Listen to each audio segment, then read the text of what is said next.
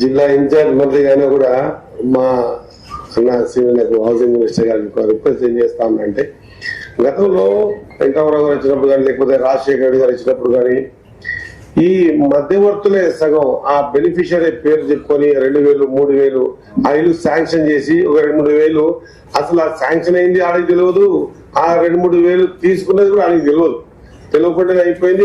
ఇప్పుడు ఆధార్ కార్డు కొట్టగానే ఆ 2-3 వేలు తీసుకున్నట్టు లేదా ఒక 5 సంచుల సిమెంట్ తీసుకున్నట్టు అనేటువంటి చిన్న చిన్న కారణాల వల్ల పల్లెటూరులో చాలా ఇబ్బందులు పడతా ఉన్నారు. నా పర్సనల్ గా నేను చూసింది, నేను లోకల్ బాడీస్ నుంచి గీత వరకు వచ్చినా కాబట్టి నాకు అబ్జర్వేషన్ లో వచ్చింది ఏంటంటే, ఈ 2-3 వేలు లేదా 2-3 సంచుల సిమెంట్ తీసుకున్న పేదవాడు ఆ రోజు పేదవాడే, మొన్న పేదవాడే, ఈ రోజు కూడా పేదవాడే. కానీ చూపిస్తున్న లెక్క ప్రకారం అయితే ఆయనకి ఇల్లు ఉన్నట్టు, ఇందిరమ్మ బిల్లు వచ్చినట్టు చూపిస్తుంది. కాబట్టి ఇప్పుడు మనం లబ్ధాలను ఎంపిక చేస్తున్నప్పుడు కొంత మీరు మొన్ననే అన్నారు కేబినెట్ లో కూడా, దీన్ని కూడా ఎక్స్క్యూజ్ చేస్తామని. దీనికి ఒక త్వరితగతిన మీరు కొంత లైనింగ్ ఇచ్చేస్తే ఇంకొంత ఫాస్ట్ గా పేదోళ్ళకి, జనరల్ గా అందరి అభిప్రాయం అంతా కూడా ఎక్కడ మనం మొక్కలు చూసి ఇవ్వటలేదు కాబట్టి పేదోనికి ఇవ్వాలని ఒక సంకల్పంతో ఇస్తా ఉన్నాం. ఇంత పెద్ద ఎత్తున ఇప్పుడున్న పరిస్థితుల్లో, ఈ ఆర్థిక పరిస్థితుల్లో కూడా ఎవరు ఊహించలే. నేను ప్రభుత్వంలోనే ఉన్నా, ఒక మంత్రిగా ఉన్నా కూడా చాలా హ్యాపీగా ఫీల్ అవుతా ఉన్నా. అసలు ఇందులో బిల్లులు వస్తాయా చిట్టు కాగితాలు అన్నట్టు అందరూ కూడా ముక్కు మీద వేసుకున్నారు. నా వర్షం ఏంటంటే, ఆ పేదోడిని మనం ఐడెంటిఫై చేసినాం. ఆ ఐడెంటిఫై చేసిన గ్రామ స్థాయికి మనకు సర్పంచుల వ్యవస్థ వచ్చింది, మున్సిపాలిటీలో వార్డు మెంబర్ల వ్యవస్థ వచ్చింది, చైర్మన్ వ్యవస్థ వచ్చింది. కొంత మీరు అనుకున్న లైన్ త్వరితగతిగా ఏమైనా ఒక లైనింగ్ తీసుకుంటే నిజంగా కూడా ఆ వాడి మిగిలిపోయాడు, మీతో అందరూ కట్టుకున్నారు. కొంత ఆర్థిక స్థితిగతులు ఉన్నవాడు కట్టుకున్నాడు, ఆ పేదోడు మిగిలిపోయాడు. కాబట్టి మీరు దాన్ని కొద్దిగా ఎక్స్క్యూజ్ చేయాల్సిందే నా తరఫు నుంచి విన్నపం. బ్యాంక్ తీసుకోండి. దీంట్లో మనకు స్పెషల్ గా ఈసారి చాలా క్లారిటీగా ఇచ్చాం. అండ్ యూత్ సర్వీసెస్ లో కూడా ఈసారి మననే సంవత్సరం మంది కేబినెట్ లో కలెక్టర్ మీటింగ్ కూడా చెప్పాం. ప్రతి కాన్స్టిట్యున్సీ హెడ్ క్వార్టర్ లో ఒక 2 acres ల్యాండ్ మనం ఐడెంటిఫై చేసి అదర్ కలెక్టర్స్ కూడా ఇన్స్ట్రక్షన్స్ ఇచ్చాం. టీ స్టెప్స్ కానీ సర్టిఫికెట్స్ ద్వారా సంవత్సరంకి దాదాపు 5,000 మంది అబ్బాయిలు అమ్మాయిల్ని ట్రైన్డ్ చేసి కార్యక్రమం కూడా తీసుకుంటున్నాం. దాన్ని అఫీషియల్ గా అనౌన్స్మెంట్ చేయబోతా ఉన్నాం. ఇప్పటికి కూడా వీళ్ళందరికీ కూడా ఈ టీ స్టెప్స్ కానీ సర్టిఫికెట్స్ ద్వారా వాళ్ళకు ఈ స్కిల్స్ ని నేర్పించి వాళ్ళు సొంతంగా నిలబడడానికి కూడా కొంత ఎంకరేజ్మెంట్ చేస్తున్న కార్యక్రమం దీన్ని యాడ్ చేసుకోండి. ఒకటి. రెండోది, ఈ స్పోర్ట్స్ సంబంధించినటువంటి మనం ఏదైతే మెసేజ్ పాస్ చేస్తా ఉన్న పిల్లలకు, వాళ్ళకు 2వ ఎడిషన్ లో మనం సీఎం కప్ లో దాదాపు 6 లక్షల మంది పిల్లల్ని ఇన్వాల్వ్మెంట్ చేసాము. మనం దాంట్లో విలేజ్ నుంచి mandal constituency and district state ఆడిపించేటువంటి లిస్ట్ కూడా ఒకటి మీకు పంపిస్తాం. దాన్ని కూడా అంటే ఎంకరేజ్మెంట్ గా ఉంటది.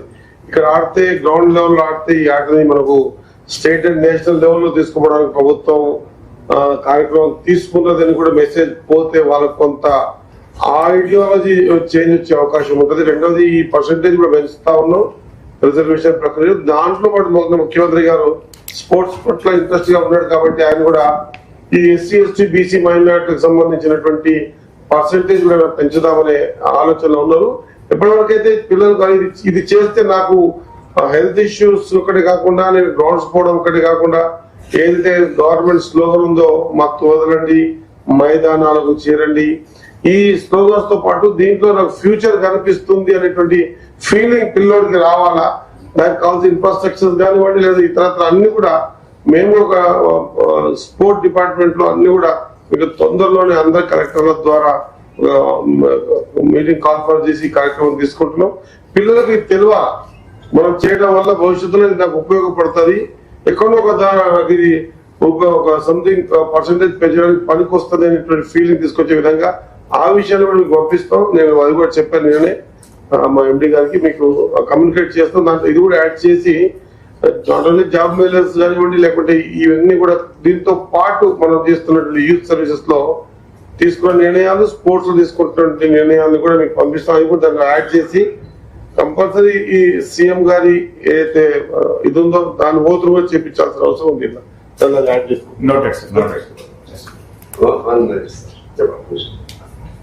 స్పోర్ట్స్ లో చూసాము ఇప్పటిదాకా ఎన్ని గ్రౌండ్స్ ఉన్నాయి, ఎంత రిక్వెస్ట్ డెవలప్మెంట్ చేయగలుగుతాం, బడ్జెట్ అలొకేషన్ చేస్తాం కూడా మనకు దాటలేని పరిస్థితి మనం చూసాం. ఈసారి నేను కూడా అత్యధికంగా నేను ఒక స్పోర్ట్స్ చెప్పడం ఒకటి కాకుండా ఈడ ఆడినటువంటి ఫస్ట్ 1, 2, 3 జట్లను ఇంటర్నేషనల్ లో ఆడుతున్నటువంటి హాకీ ఇంటర్నేషనల్ గేమ్స్ లో సెలెక్షన్ కూడా చేయబోతా ఉన్నాం. మొత్తం ప్రపంచంలో 2 దేశాలు మాత్రం నడుస్తా ఉంది, ఒకటి చిల్లీ అని, ఒకటి మన దగ్గర. అది కూడా భారతదేశంలో తెలంగాణ రాష్ట్రంలో హైదరాబాద్ లో గచ్చిబౌలిలో నిర్వహిస్తాం. అంటే ఇప్పుడు కొంత దీనికి స్పోర్ట్స్ సంబంధించినటువంటి ఎన్నో విషయాల పట్ల కొంత అవగాహనగా జట్టు మన ముఖ్యమంత్రి గారు కూడా స్పోర్ట్స్ మీద ఉన్నటువంటి ఆ క్రేజీ ఆయన ఉన్నటువంటి చేయాలని ఆలోచనతో ఎవరు ఊహించాలి. మొత్తం ప్రపంచ దేశాల్లో కానీ భారతదేశంలో కానీ ఏ రాష్ట్రంలో కూడా ఒక స్పోర్ట్స్ పర్సన్ కి అత్యధిక నష్టం చేసేది ఆయన ఇంజూర్ అయినప్పుడు జనరల్ ట్రీట్మెంట్ చేసినప్పుడు ఏమైతుంది, బట్ మళ్ళా స్పోర్ట్స్ లో అంతే శక్తితో ఆడలేకపోతారు. అటువంటి ఇంజూర్ స్పోర్ట్స్ చిల్డ్రన్ కూడా స్పోర్ట్స్ పర్సన్ కూడా ఇప్పుడు గచ్చిబౌలిలో కొన్ని కోట్ల రూపాయలతో కనీసం ఇంటర్నేషనల్ ట్రీట్మెంట్ చేయించి మళ్ళా గాయాన్ని నయం చేసి మళ్ళా గ్రౌండ్ లో దిగే విధంగా చాలా కార్యక్రమాలు చాలా డెవలప్మెంట్ చేస్తాము. మీరు ఇది కూడా ఖచ్చితంగా మ్యాండేట్ గా తీసుకొని డెఫినెట్ గా పంపుతాం. Thank you. చిన్న డిసిషన్ తీసుకున్నాం. ఈ మన మధ్యాహ్న భోజన పథకంలో హాస్టల్స్ కానీ గురుకులాల్లో కానీ ఎక్కడైతే ఈ చిల్డ్రన్స్ కి వీక్లీ ట్వైస్ చికెన్ అని వన్స్ మటన్ అని అవి ఆల్రెడీ ఫుడ్ పెడతా ఉన్నాయి కదా.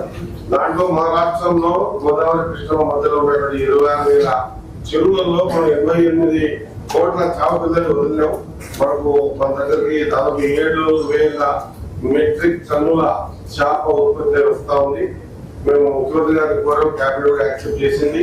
మధ్యాహ్న భోజనంలో వీక్లీ ట్వైస్ కానీ వన్స్ కానీ చికెన్ రీప్లేస్ చేసి చేపల పూజ తెలిపారు. తద్వారా 31% ఐసెట్ ఉన్నటువంటి చిన్నారులకు మనం ఐసెట్ తగ్గించడం అవుతాము.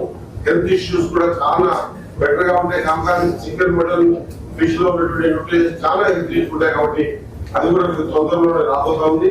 ఖచ్చితంగా నాట్ ఓన్లీ పిల్లలకు ఒకటి కాకుండా ఈ పౌడర్ కూడా చేస్తా ఉన్నా. పౌడర్ ద్వారా నీళ్ళలో కానీ పాలు కానీ కలిపి తాగి విధానంగా తద్వారా నీళ్ళంతా ఒకటే పిల్లలకు న్యూట్రిషన్ ఫుడ్ ఇవ్వాలి, అది కూడా ఆరోగ్యవంతమైనది ఇవ్వాలి. సేమ్ జట్టు ఎన్నో ఆరోగ్యాలకు నిర్వహణమైనటువంటి చేపలు ఖచ్చితంగా మన దగ్గరనే ఏ మాదిరిగా అయితే మన తెలంగాణ ప్రభుత్వం, ప్రజాప్రభుత్వం, మీరు ఎంచుకున్న ప్రభుత్వం సన్న బియ్యం ఒకప్పుడు వద్దన్నారు. సన్న బియ్యం పండించడానికి గిట్టుబాటు ధర ఇవ్వడం ఒకటి కాకుండా 500 బోనస్ ఇచ్చినప్పుడు అందరూ ఆశ్చర్యపోయారు. ఆ ఇచ్చిన బోనస్ ద్వారా పండిన పంటను ఇతర రాష్ట్రాలకు ఇవ్వకుండా ఈ రాష్ట్రంలో ఉన్నటువంటి ప్రతి పేదవాడు ఏదైతే సోనా మసూరు చెప్తాడో ఈ రాష్ట్రంలో పండినటువంటి చేపలు ఆ ప్రతి పిల్లలని కూడా ఇవ్వాలనే కాన్సెప్ట్ తీసుకున్న దానికి ముఖ్యమంత్రి గారు ఆ క్యాబినెట్ యాక్సెప్ట్ చేసింది. వాళ్ళందరూ కూడా నా డిపార్ట్మెంట్ కాబట్టి నేను ధన్యవాదాలు తెలియజేస్తా ఉన్నా. ఇది కూడా కంపల్సరీ మనం ఇన్వాల్వ్మెంట్ చేయాల్సి వస్తుంది. కొంత మేము తీసుకోవడం వల్ల కొంత లాభం జరిగింది. ఇప్పుడు కొత్త కన్స్ట్రక్షన్స్ ఎవరు చేసినా లేకుంటే వాళ్ళకి ఏమైనా బెనిఫిట్స్ కావాలనుకున్నా గవర్నమెంట్ వాళ్ళకి ఉందా ఎన్ని చెట్లు నాటినట్టు దాన్ని బట్టి ఇంపార్టెన్స్ ఇవ్వాలి. ఎందుకంటే ఎక్కడో చేస్తాం. ఈ చెట్లకు సంబంధించి మనం ఇన్ని లక్షల చెట్లు నాటుతున్నాం, దానికి రికార్డు పెడతా ఉన్నాం. కానీ రిజల్ట్ చూస్తే 10 ఏళ్ళ కంటే చూడండి దాంట్లో 90% మాత్రమే బందీలో పరిస్థితి ఉంది. కాబట్టి ఎవరింటి ముందర వాళ్ళు చెట్టు ఏదో రాష్ట్రంలో చూస్తారు పేపర్ జరిగింది బండలుగా ఉన్నటువంటి అదే ఆ రాష్ట్రంలో ఆ దేశంలో ఈ చెట్లు మస్తుగా పెట్టి మ్యాండేటరీ పెట్టిన తర్వాత ఒక 20 years తర్వాత వర్షాలు ఎక్కువ వచ్చి అండ్ పొల్యూషన్ కంట్రోల్ చేయగలిగే సామర్థ్యంగా పెరిగింది ఆ దేశం. కాబట్టి మేము మొన్న నాన్పేటలో కొంత ప్రయత్నం చేసా, సక్సెస్ అయ్యాం. ప్రతి గ్రామ పంచాయతీ వార్డు కానీ లేకపోతే మున్సిపాలిటీ కానీ మరొక కొత్త పర్మిషన్ ఇచ్చినా లేకపోతే ఇంకోటి ఏం చేసినా ఎక్కడున్నా ఈ గవర్నమెంట్ ప్రయత్నాలు కానీ ఆఫీసర్ ముందు మనం ఆఫీసర్లో పెట్టుకోవచ్చు. కానీ మనం అందరం కూడా ఎక్కడ పెట్టాలని ప్రయత్నం చేస్తాం. ముందు కలెక్టర్ ఆఫీస్ తో స్టార్ట్ చేసి గ్రీనరీ గా తీసుకొని ఆల్ డిపార్ట్మెంట్స్ స్టార్ట్ చేసి ప్రతి ఇంటి ముందు చెట్లు పెడితే తప్ప గ్రామ పంచాయతీ పర్మిషన్ దొరకదు. చెట్లు మస్ట్ అనే విధంగా మనం ఏమైనా ఎంకరేజ్ చేసి మ్యాండేటరీ చేస్తే కొంత మనం బెటర్ రిజల్ట్ రావడానికి అవకాశం ఉంటుంది. సాధించగలిగాం. Thank you. ముఖ్యంగా కోతులు కానీ కుక్కలు కానీ వేరే మార్గం అంటే ఏం లేదు. ఒక సంతానోత్పత్తి ఆపడం తప్పించి వేరే మార్గం లేదు. ఇది ఇప్పటికే చాలా లేట్ చేసాం. ఇప్పటికే చాలా లేట్ చేయడం వల్ల ఆ నంబరింగ్ కౌంటింగ్ పెరిగిపోయి యాక్చువల్ కొంతమంది ఈ డాగ్ లవర్స్ కొంత పిటిషన్స్ చేసి ఆపడం వల్ల కొంత ఆగింది. అది కూడా వాళ్ళు కూడా క్లియర్ గా చేస్తాము. 100% మనం ఇది డిస్కస్ అయింది. ఇది వేరే మార్గం అంటూ లేనే లేదు. ఉన్న దాంట్లో సంతాన ఉత్పత్తి ఆపడం తప్పించి వేరే మార్గం లేదు. కోతులకు కానీ లేకపోతే కుక్కలకు కానీ దీనికి మార్పులు ఏమైనా తీసుకున్నాం అనేది కొంత మీకు ఎట్లా దీనికి వేరే మార్గం లేదు. నేను డెఫినెట్ గా అడగడతాం, తొందరలో అడగడతాం. మీరు చెప్పేది ఎలా ఉంటుందంటే సంతాన ఉత్పత్తి భవిష్యత్తులో కోతులు కుక్కలు ఉండవు.